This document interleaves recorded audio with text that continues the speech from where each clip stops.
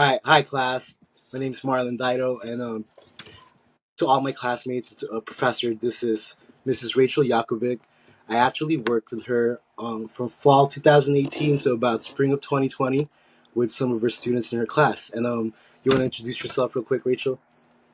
Yeah, hi, I'm Rachel Yakubik. I've been working with students with special needs for 20 years now, and I've been in the classroom setting for 14. Can you please describe your position in Carlsbad School District? Yeah, absolutely. So I teach a program called the Aspire program. It is for students who have characteristics of autism with low support needs for their academics, but high support needs for their behavior. So this year I'm teaching grades 3, 4, and 5. I've taught all the grades though. For sure. First question: what or who inspired you to become a teacher? Oh, so it was actually I've always wanted to be a teacher, but I started my process working on my multiple subject credential. And during that time, my aunt asked me to come and join her applied behavior analysis team, her ABA team.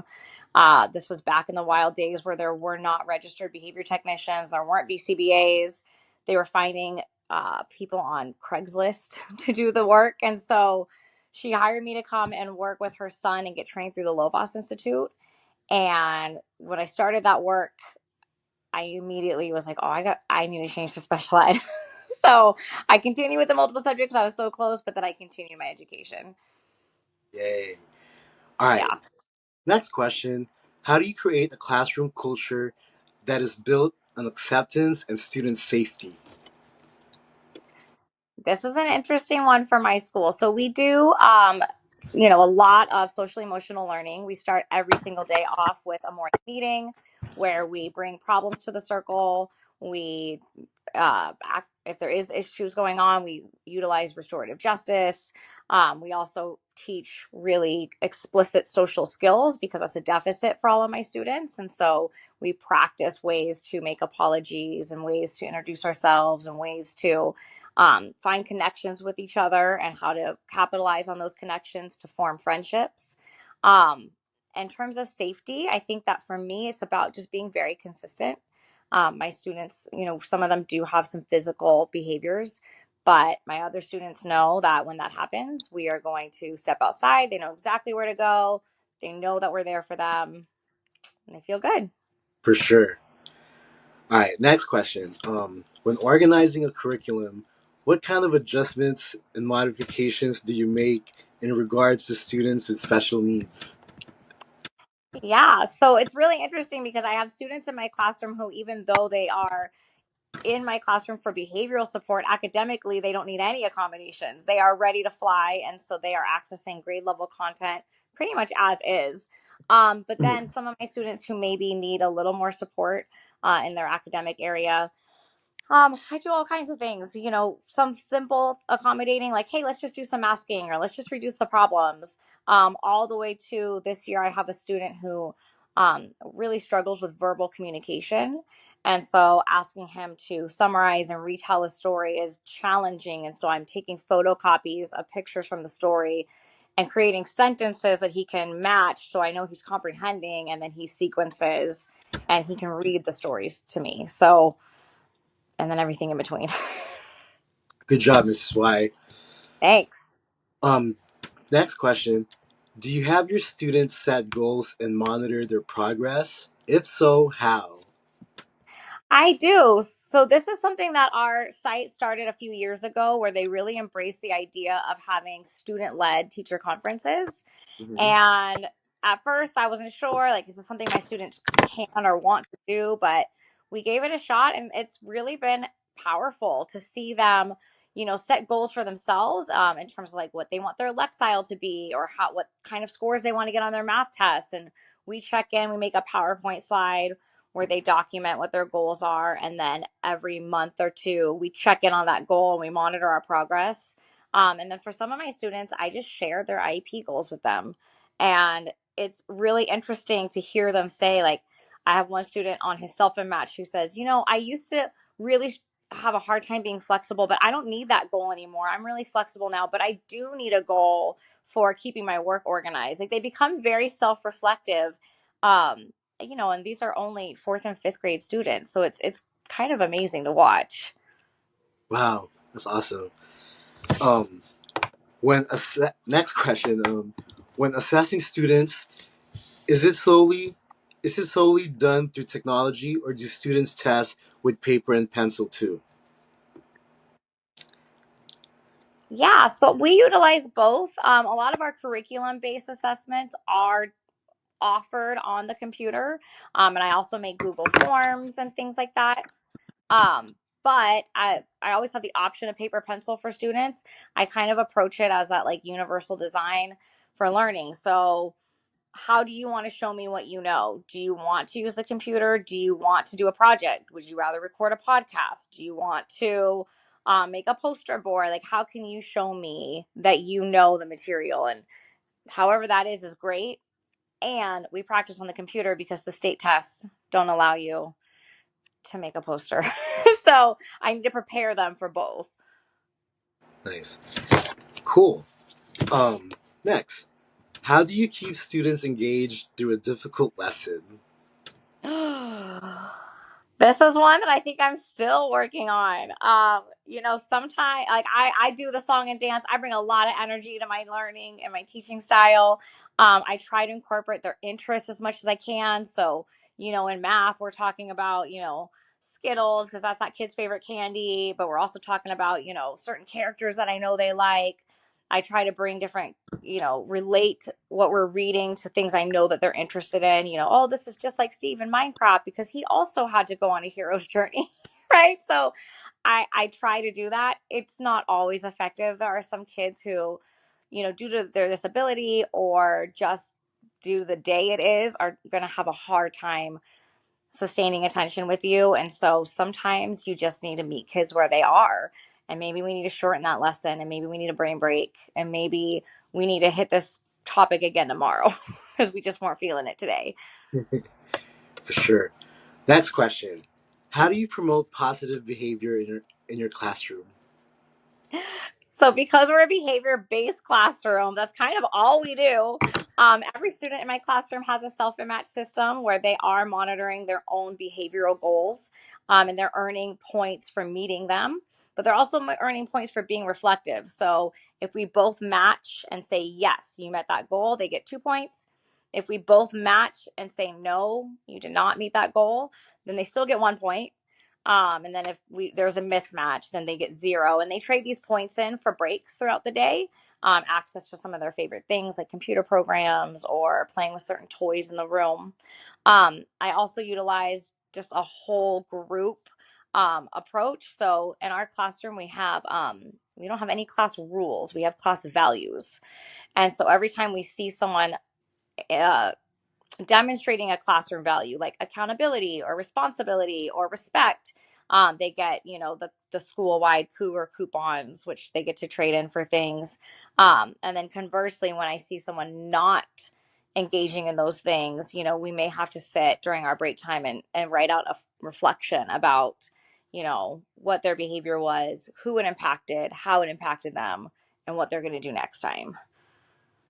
Nice, good job. um what do you need to consider when planning instruction? I have to consider so much. So I have 3 grade levels. That's first and foremost. And because it's a special day class, I also have to consider who has what service that day. Do I have enough staff to do what I need to do that day, or does someone call out? Do I have students who came in escalated and maybe we need to just switch over to plan B? The whole lesson plan's out the window. um, so I always try to over plan. I always have alternative activities on backup in case I need to pivot really quickly. Um, and I make a lot of really last minute in the moment decisions that I think is part of the hardest part of teaching is in that moment saying, okay, and now I'm going to do this instead, and just being ready for it. So good job, Miss White. um Next question. Now I'm glad we're doing this through video, because like it's too much to type, and I'm glad you can express it like just saying it. You know what I mean? Like, Yeah, a little more natural. Yeah. all right. Next question: how do you get to know your students in order to connect learning through? I'm sorry. How do you get to know your students in order to connect learning through students' prior knowledge, background, experiences, and interests?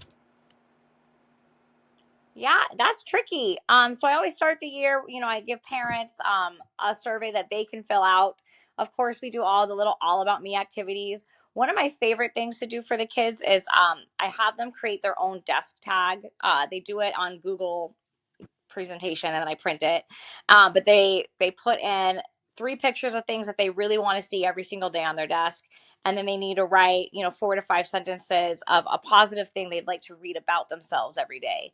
And it tells you a lot about, not only the leisure activities that they like, but also how they view themselves as a learner and what they're proud of and what they think is important about themselves. And then the rest of it is just, you spend every day with these kids. You talk to them and you ask them questions and you listen to what they're saying. And just the other day, I had a student who has a longer name and there's multiple nicknames you could use for it. And so I just kind of asked him, and he doesn't speak a lot verbally. He types a lot, but I just kind of asked him, what do you want me to call you? Because I could call you this, or I could call you that, or I could call you that, and he was very clear. And I even asked him again later to see, like, oh, like was he just kind of engaging ekalela with me and repeating the last thing I said? But no, he absolutely knew what he wanted to be called, and you know what an eye-opening experience that I've been calling him by his full kind of legal name for a week already when he had a preferred name and I didn't even know. So you got to ask the kids things. For sure. Next, um, do you collaborate with other teachers for support? If so, give me one example of what you collaborated on. Yeah, so I'm lucky enough to collaborate with my general education staff, colleagues, ev- all day, every day. It feels like I want to make sure that what I'm doing in my room aligns, and I also push my students out to the general ed a lot. So I need to know what's happening in those classrooms. All three of my co-teachers share their lesson plans with me every week, in addition to us meeting together, so that I'm always on track.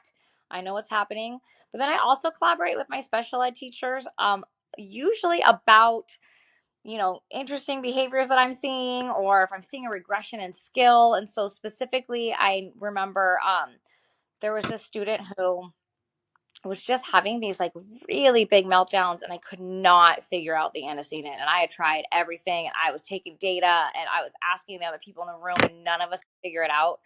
And it was just really helpful to have another person walk into the room and observe, who didn't work with that kid every day, who was like, oh, well, I'm noticing, this and this.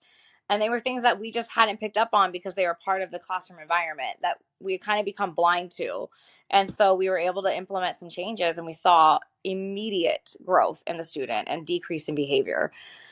So just, being willing to just hear other people's ideas and not get caught up in like, oh, these are my kids and I know them. And I like, be open minded, because there's such a wealth of knowledge at your school.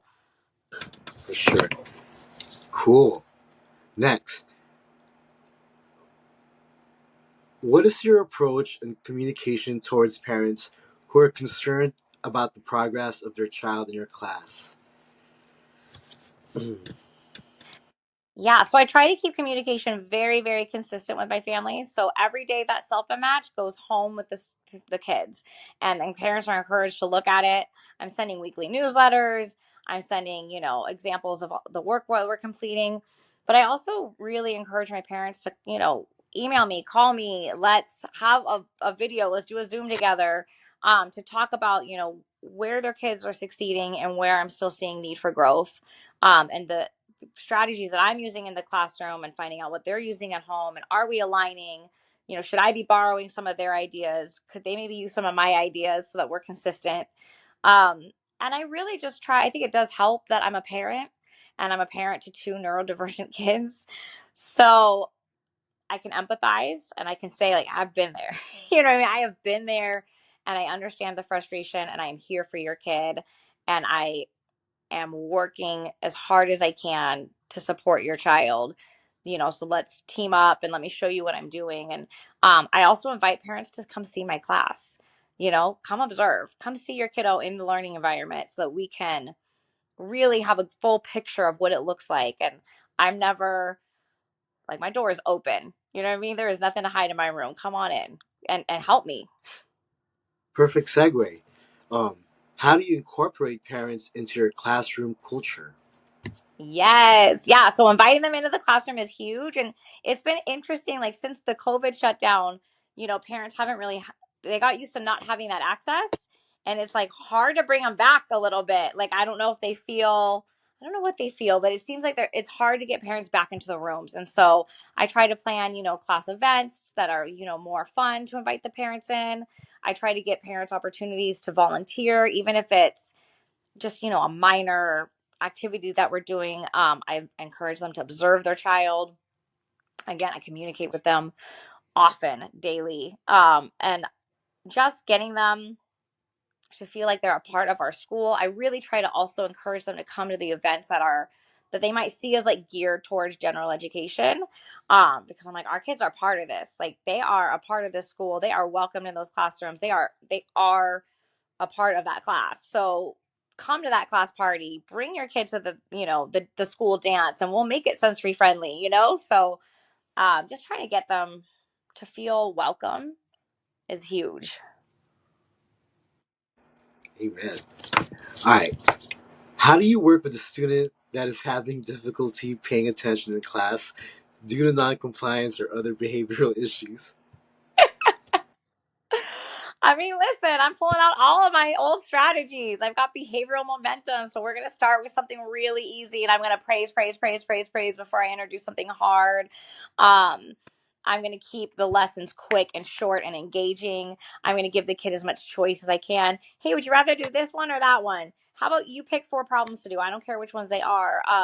Just getting the kid to, if I can give them leadership opportunities, especially if they're that kind of kid that is just kind of more oppositional and it's not necessarily um, due to other reasons. Let's get them up front. Let's make them a leader. Let's have them peer tutor a different student so they feel like, they got this and they're cool. Um, and then just being consistent with consequences. If you didn't finish the work, then you need to finish it during your break. Sorry. Yeah. And not taking it personal either. That's the biggest is like, it can feel frustrating when you put like all this effort into like what you think is a really great lesson and this kid is just like not participating, but it isn't personal. So take your ego out, take a deep breath, figure it out. Word. Um, how do you pursue and engage in professional growth and development? Ooh, I signed up for all the things. So I'm back in school again right now, working on another credential. But I often, do any professional learning opportunities that our district offers. I try to get a part of. I try to join different committees so I can meet with other people and hear about what they're doing. I